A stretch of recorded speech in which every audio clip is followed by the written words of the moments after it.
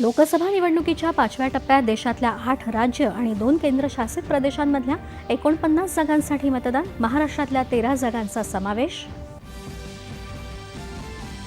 मुंबईतील 6 मतदारसंघांसह ठाणे, कल्याण, भिवंडी, पालघर तसंच नाशिक, दिंडोरी आणि धुळ्यात शांततेत मतदान.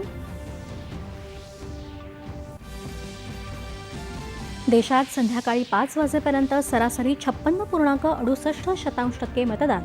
पश्चिम बंगालमध्ये सर्वाधिक 73% तर महाराष्ट्रात अवघे 48.66% मतदान. केंद्रीय मंत्री राजनाथ सिंह, पीयूष गोयल, स्मृती इराणी, डॉक्टर भारती पवार, कपिल पाटील, काँग्रेस नेते राहुल गांधी यांच्यासह अनेक दिग्गजांचं भवितव्य आज मतदान यंत्रात बंद.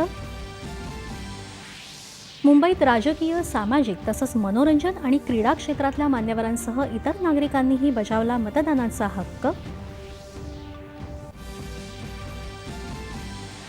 काँग्रेसच्या 4ही पिढ्यांनी कायमच संविधानाचा अपमान केला. पंतप्रधानांची दूरदर्शनला दिलेल्या विशेष मुलाखतीत घणाघाती टीका.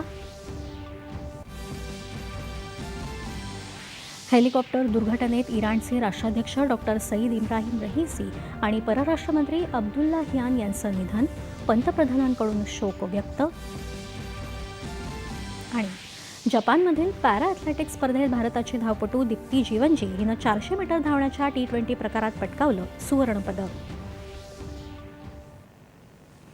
नमस्कार. 7